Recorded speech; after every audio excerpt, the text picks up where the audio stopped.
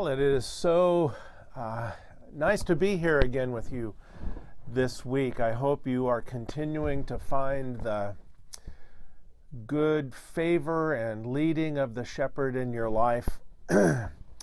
See his faithfulness to you in all areas. Anyway, glad you're here.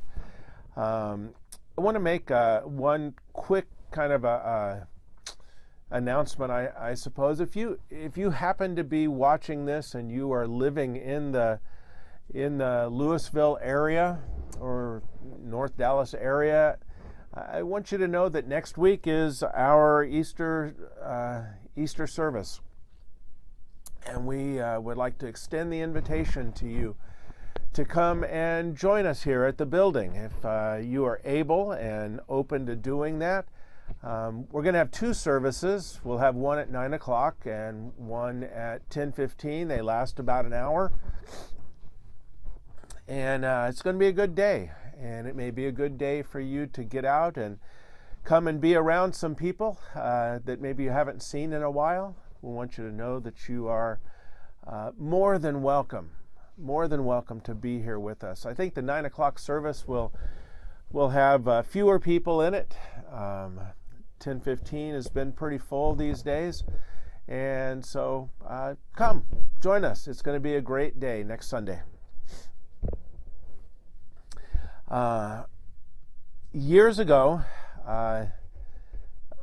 22 years ago, or thereabouts, I gave my wife a gift. I did it in secret, and 22 years ago was our 25th wedding anniversary.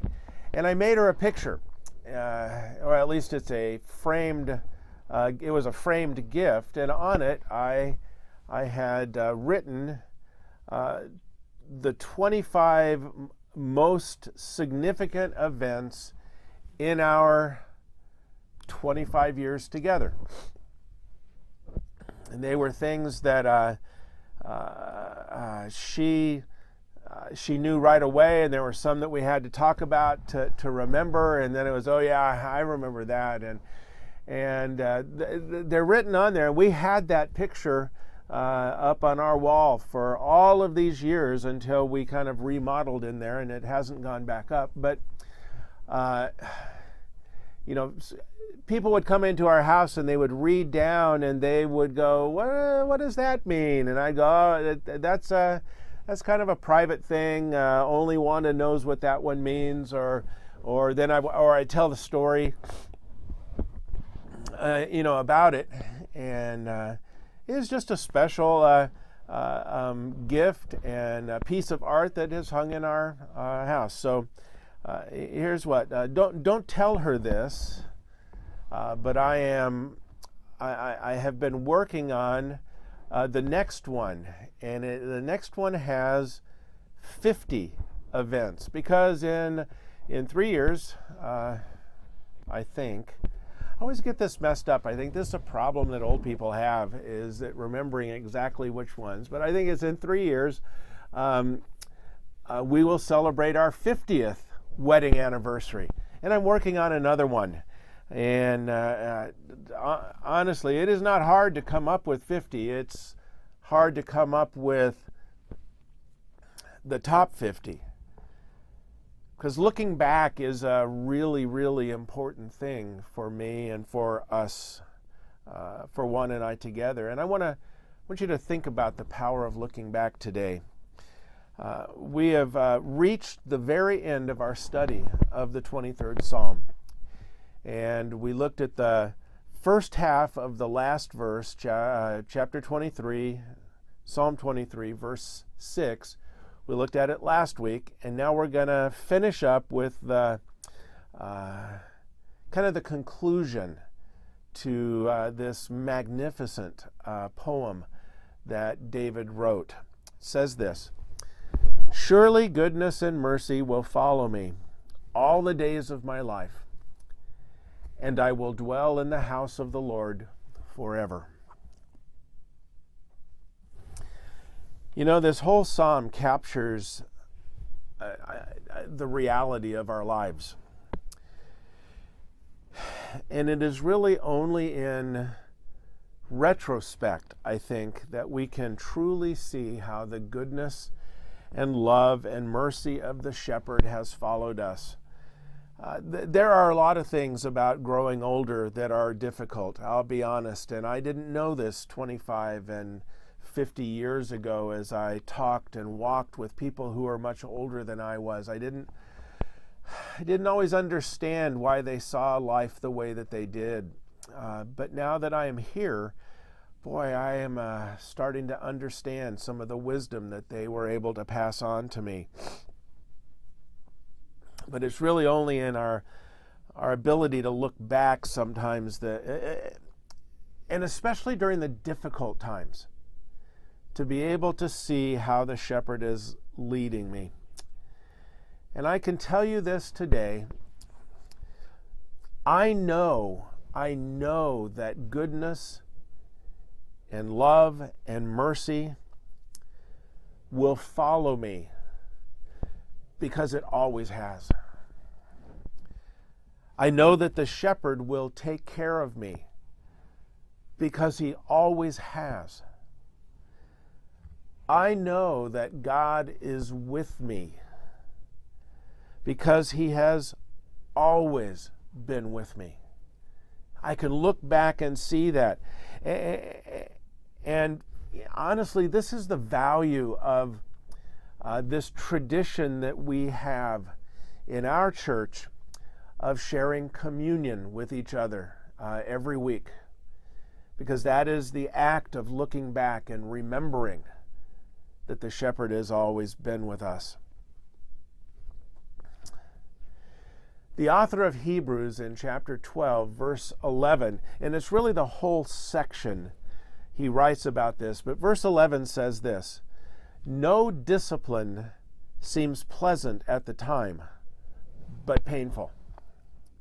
Later on, however, it produces a harvest of righteousness and peace for those who have been trained by it." This verse speaks of the value of later on, when we are able to look back. Later on, when we look back and see the shepherd's faithfulness and guidance and training, to be able to say and to see, remember how it was, and look, you are here right now.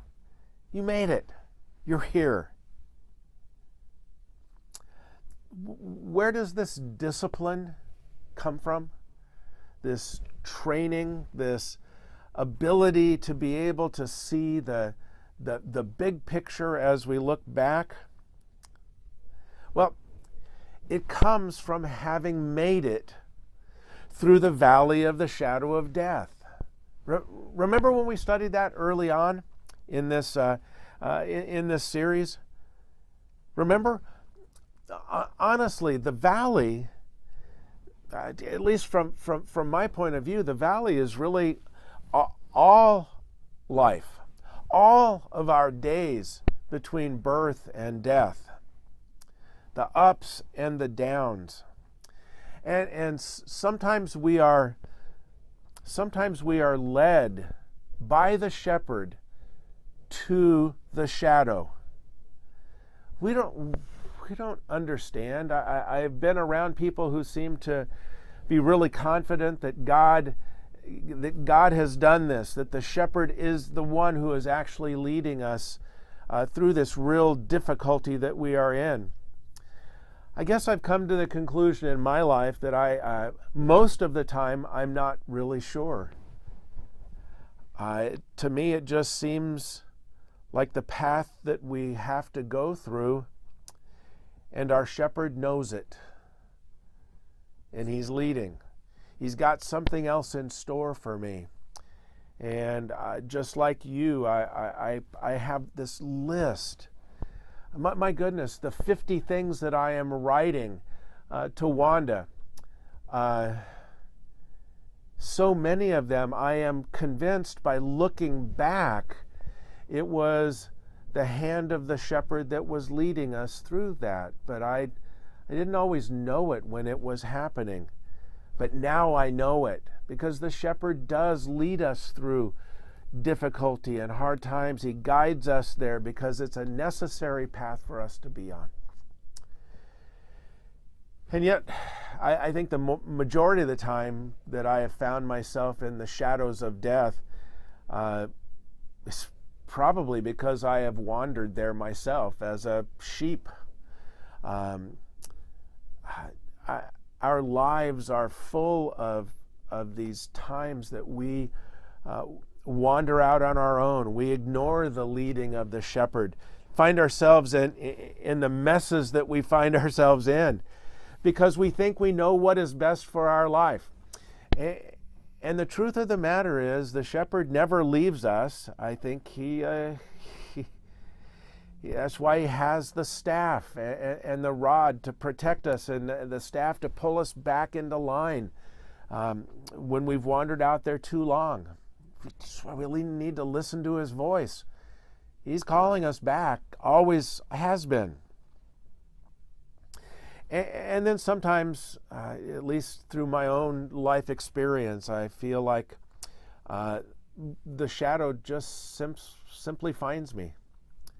The shadow of death comes on me. Bad things happen because we live in a broken and imperfect and messed up world.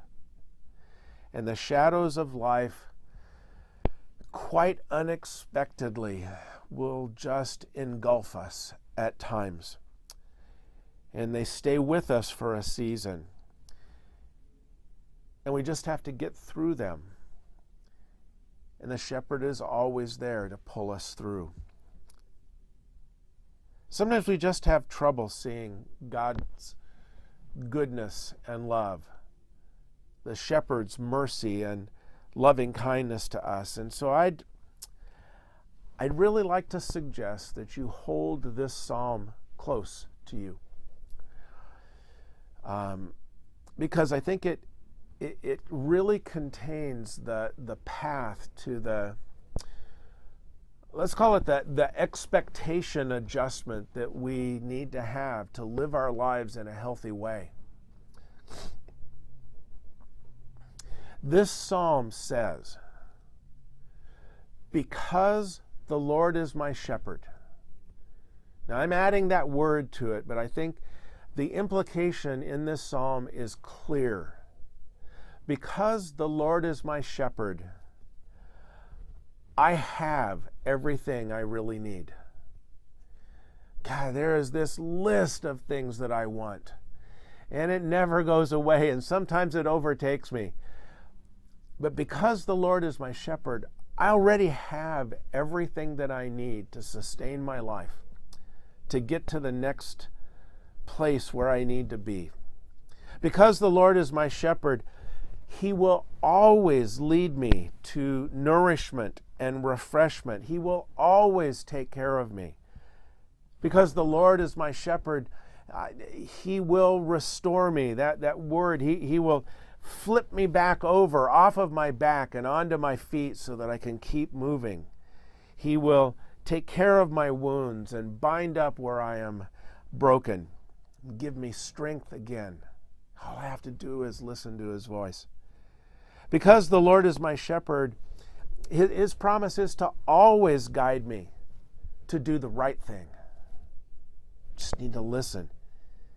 He will always be with me through every valley and every difficulty and every shadow of death I come face to face with in my life, because He is my shepherd.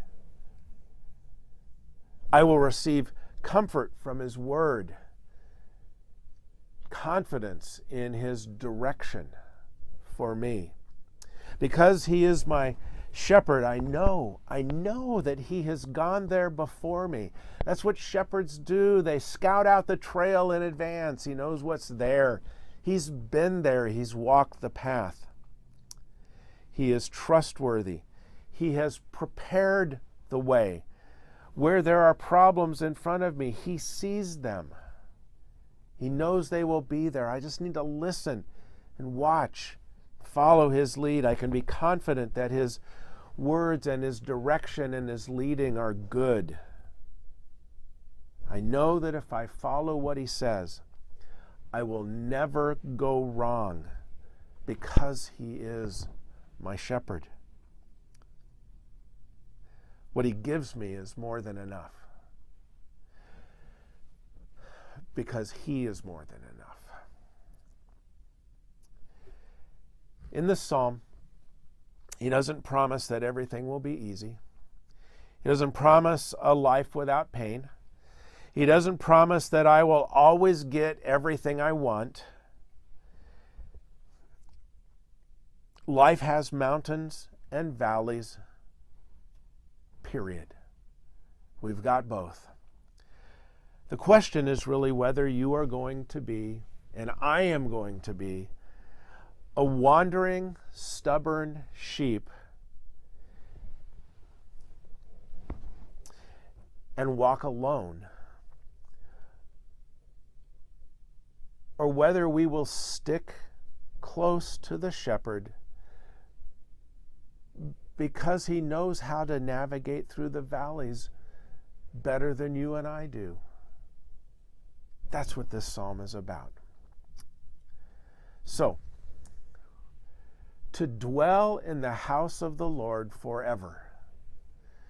This amazing conclusion to this psalm that spans the entirety of our lives. To dwell in the house of the Lord forever.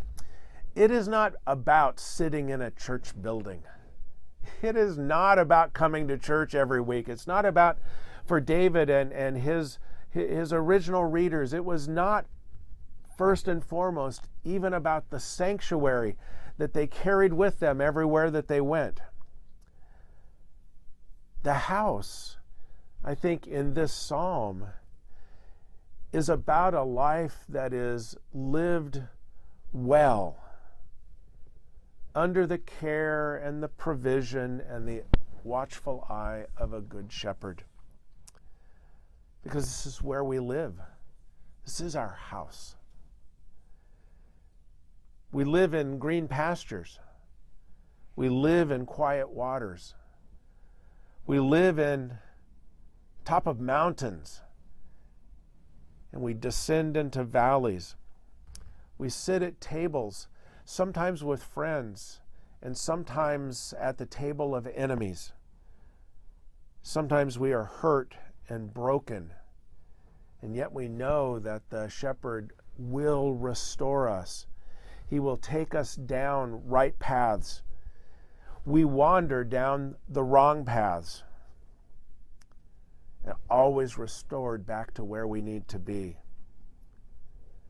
We are never alone when we follow the shepherd's leading, because we are always with the flock.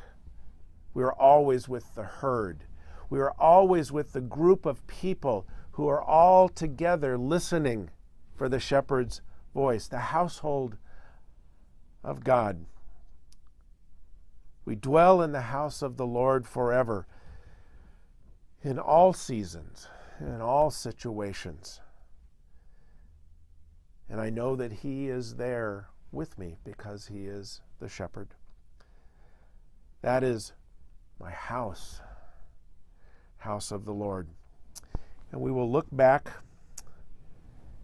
and remember again through the juice and the bread that we take each week at communion.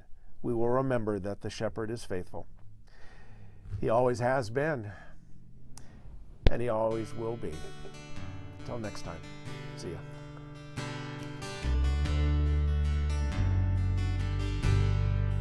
Blessed assurance, Jesus is mine. Oh, what a foretaste, glory divine, heir of salvation, purchase of